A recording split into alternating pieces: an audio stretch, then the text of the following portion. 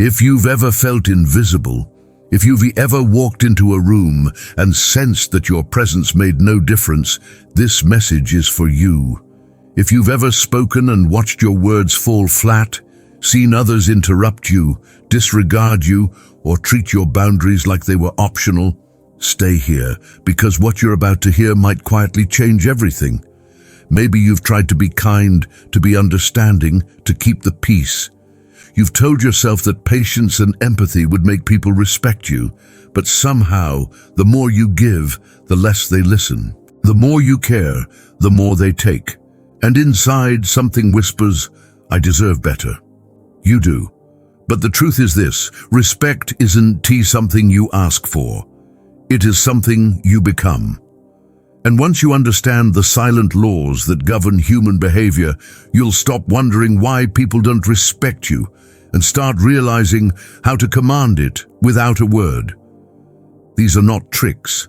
They are timeless psychological and philosophical truths, understood by the Stoics, practiced by warriors, leaders, and thinkers who shaped history. They didn't demand respect through fear or status. They earned it through presence, calm, and mastery of self. In this journey, we'll uncover 10 unspoken laws, 10 inner disciplines that will change how people see you, how they treat you, and most importantly, how you see yourself. Apply even a few, and you will notice it. The silence when you speak, the weight in your words, the shift in how people respond. So take a breath. Let's begin. The first law: silence commands more than words. In a world addicted to noise, silence has become a rare form of power. Most people speak to be heard. The wise speak only when there is something worth saying. Silence is not weakness, it is control. It shows that you are not enslaved by the need to fill every empty space with sound, that you are comfortable with yourself, and people can feel that. Think of the last time someone spoke less than others, yet everyone leaned in when they finally did. Their voice carried gravity. Why? Because silence builds tension. It makes people value every word that breaks it. The Stoics understood this deeply. Epictetus said, "Let silence be your general rule," or say only what is necessary and in few words.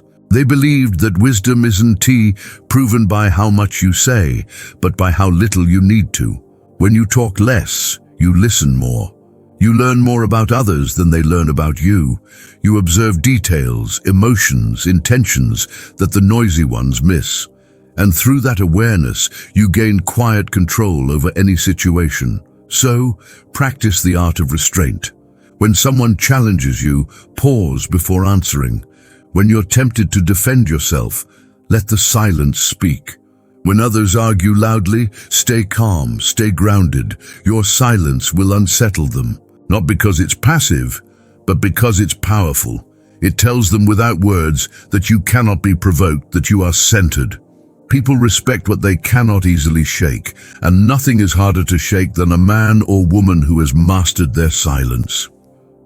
The second law: self-respect precedes social respect. No one will treat you better than you treat yourself. Read that again, because this is where most people lose the battle for respect before it even begins. You cannot demand respect from the world if you continuously disrespect yourself in private, by tolerating behavior that makes you feel small, by neglecting your own boundaries, by staying silent when your soul is screaming no. Marcus Aurelius wrote, "You have power over your mind, not outside events. Realize this, and you will find strength." This is the foundation of all respect: internal sovereignty. People don't respect those who crave approval. They respect those who stand on principle. They don't follow those who chase acceptance. They follow those who walk with certainty. When you allow others to cross your lines, when you laugh at insults, accept constant lateness, or let manipulation slide, you're teaching the world how to treat you. And once they learn that lesson, they will repeat it until you break it. The Stoics were masters of boundaries, not because they built walls, but because they had clarity. They knew where they ended and where others began. They didn't seek revenge. They simply refused to participate in what degraded their peace. So the next time someone disrespects you, pause. You don't need to explain, argue, or plead. Just act. Leave. Refuse. Withdraw your energy. Do it quietly, with dignity. That's not pride, that's self-respect. And when people see that you are willing to lose them before you lose your peace, they start treating you differently, because nothing commands respect like someone who no longer needs to be liked. The third law: detachment creates gravity. Desperation repels, detachment attracts. Look closely at the people who seem to draw respect effortlessly, those whose presence changes a room without them saying a word. They don't chase approval, they don't over-explain, they don't fight to be noticed, because they already know their value. That quiet confidence is the essence of detachment. It's not indifference, it's inner security. It's knowing that whether people like you or not, your worth remains untouched. Seneca once said, "He who needs less is free." Freedom is the root of respect. When your peace no longer depends on others, you become immovable. You stop orbiting around people, and they start orbiting around you. We often think connection comes from showing more availability, more attention, more presence. But the truth is, when you make yourself too available, you become ordinary. Respect is born from scarcity, and scarcity is born from self-control. When someone senses that you don't need their validation, that you can walk away at any moment with your dignity intact, they instinctively respect you, not because they fear losing you, but because they sense you cannot be owned. The Stoics called this apatheia, the ability to remain undisturbed by external events. It doesn't mean being emotionless. It means being emotionally sovereign. So when you're ignored, stay composed. When you're doubted, stay focused. When they underestimate you, smile quietly and let time speak for you. People are drawn to those who don't demand their attention, because attention freely given carries more weight than attention forced. The less you chase, the more you attract. And when you no longer need to prove your value, others start recognizing it instinctively. That is detachment, and that is gravity. There's a quiet truth that time always reveals. Anyone can impress people once, but few can earn their respect again and again. Respect fades when it's not grounded in consistency. Because people don't trust words, they trust patterns. They don't believe what you promise, they believe what you repeat. The fourth law: consistency builds trust. Discipline isn't glamorous. It's not loud or dramatic. It is the silent repetition of doing what you said you'd do, long after the feeling that made you say it is gone. The Stoics saw life as a series of choices, not performances. Every day, Marcus Aurelius wrote reminders to himself in his journal, not to impress anyone, but to stay aligned with his values, because consistency isn't about appearance. It's about identity. You become who you repeatedly choose to be. And over time, that repetition creates reputation. When people know you'll show up calmly, reliably, predictably, they relax around you. They trust your word.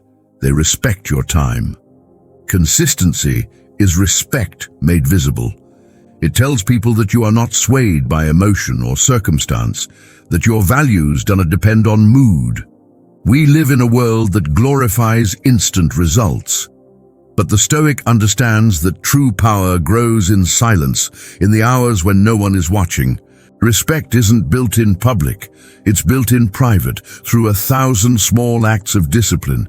So be consistent in how you speak, consistent in how you treat people, consistent in how you handle setbacks, even when no one notices, especially when no one notices, because those repetitions sculpt your character. And eventually, character becomes destiny. Consistency earns respect because it builds trust, and trust is the currency of every meaningful connection in life. The fifth law: scarcity multiplies value. What is easily available is rarely valued. The sun rises every day, yet few stop to watch it. But a meteor, brief, rare, mysterious, draws every eye to the sky. The same law applies to people. In a world obsessed with exposure, we've forgotten the power of restraint. We announce every thought, every move, every feeling, and then wonder why our presence feels ordinary. The Stoics valued solitude not as an escape, but as renewal. Marcus Aurelius would retreat into himself, even in the chaos of war, to rebuild his clarity. He knew that absence sharpens presence. When you step back intentionally, calmly, people begin to feel your value. They notice when you're not there. They remember the weight of your words. This isn't about playing games. It's about preserving energy. If you're always accessible, you're taken for granted. If you're always online, you're forgettable. Make your time sacred, give it wisely, protect it fiercely. When you appear, be all there. When you withdraw, let your silence create anticipation. Scarcity turns ordinary moments into memorable ones, because when something becomes rare, people pay attention. So don't be afraid to disappear for a while. Go quiet, study, work, heal. Let absence speak louder than words. When you return, your presence will command more respect, not because you changed, but because you stopped being a constant echo in their world.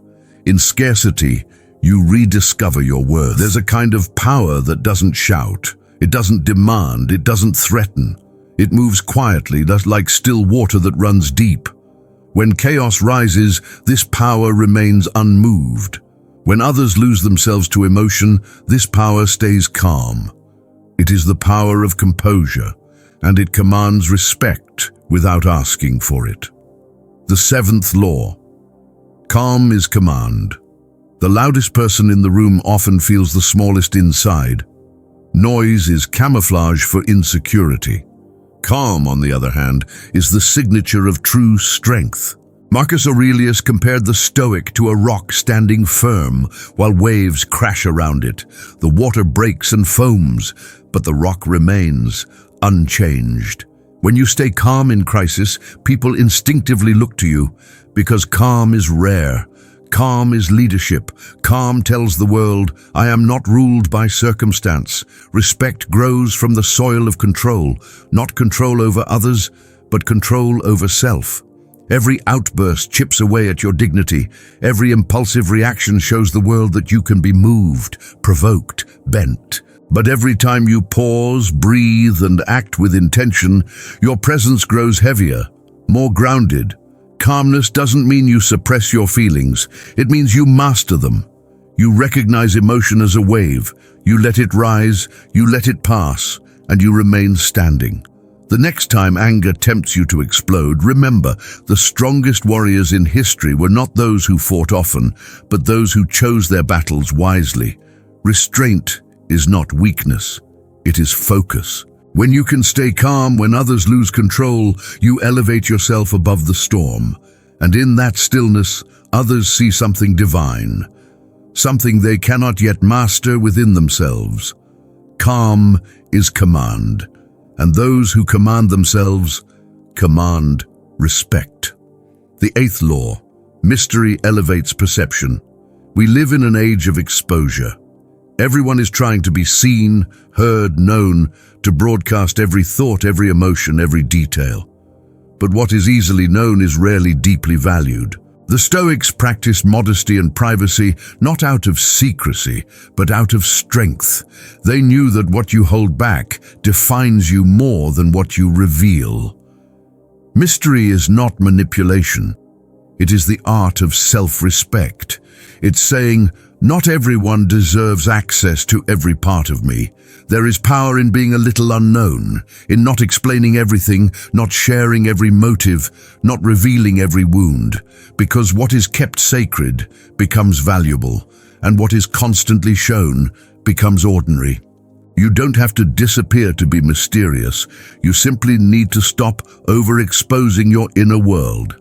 Let people wonder a little. Let your actions tell the story.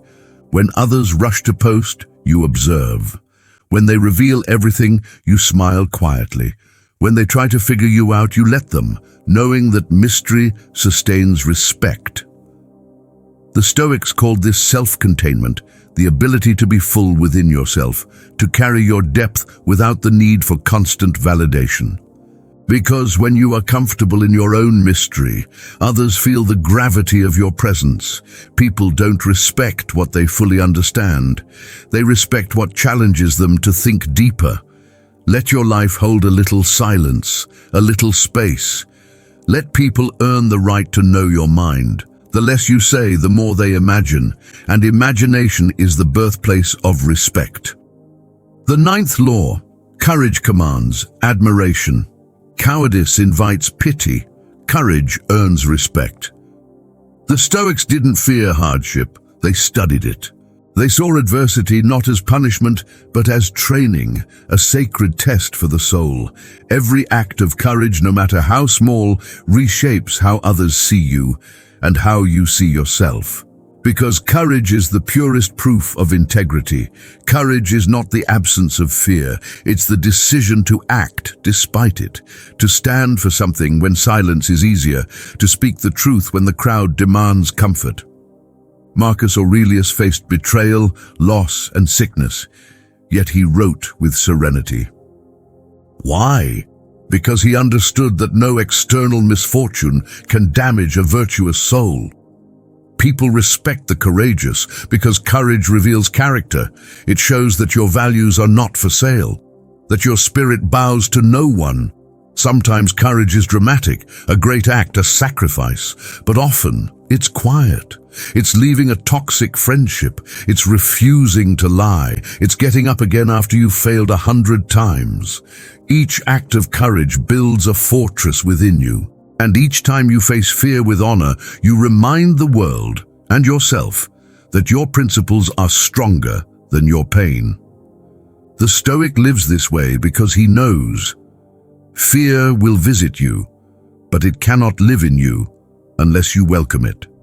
Meet it, greet it, walk through it, and you become untouchable. Courage commands admiration because it's rare, and rarity breeds respect. The 10th law: gratitude grounds greatness. There's one final law, the one that keeps power from rotting into pride. It's gratitude. The Stoics began and ended their days in reflection, not to complain, but to give thanks. Marcus Aurelius wrote that each morning he prepared to meet difficult people, and yet he chose gratitude for simply being alive. Because gratitude keeps you connected to reality. It reminds you that respect is not dominance, it's harmony. It's not about being above others, but walking among them with grace. Gratitude doesn't make you soft, it makes you sane. It shields your soul from arrogance, from bitterness, from the illusion that the world owes you something. When you're grateful, you stop grasping for control. You start seeing life not as something you must conquer, but as something you can collaborate with. That's why people respect the grateful, because gratitude radiates peace. Think about it. Who do you trust more, the one who always complains, or the one who remains grounded and thankful despite hardship? Gratitude transforms adversity into wisdom. It turns suffering into perspective, and it reminds you that power without humility is just noise. So practice it daily, not in grand gestures, but in small moments. A breath of fresh air, a sunrise, a quiet evening. Each one is proof that you already have more than you think. The Stoic doesn't chase blessings, he recognizes them, and that awareness gives him a calm strength that cannot be faked, the kind of strength people feel and silently respect. Respect is not about control. It's not about forcing others to see your worth. It's about embodying it so deeply that they can't ignore it. You don't get respect by shouting, you earn it by mastering yourself, your thoughts, your emotions, your reactions. These 10 laws aren't rules to memorize, they're mirrors. Each one reflects a part of you that already knows what to do. Silence, self-respect, detachment, consistency, scarcity, purpose, calm, mystery, courage, gratitude. Together, They form a code, not for dominance, but for dignity. The Stoic doesn't demand respect because he doesn't need to. He walks in truth and the world adjusts, and so will yours. If this message reached you, if you felt even one line touch something in your chest, do not let it fade.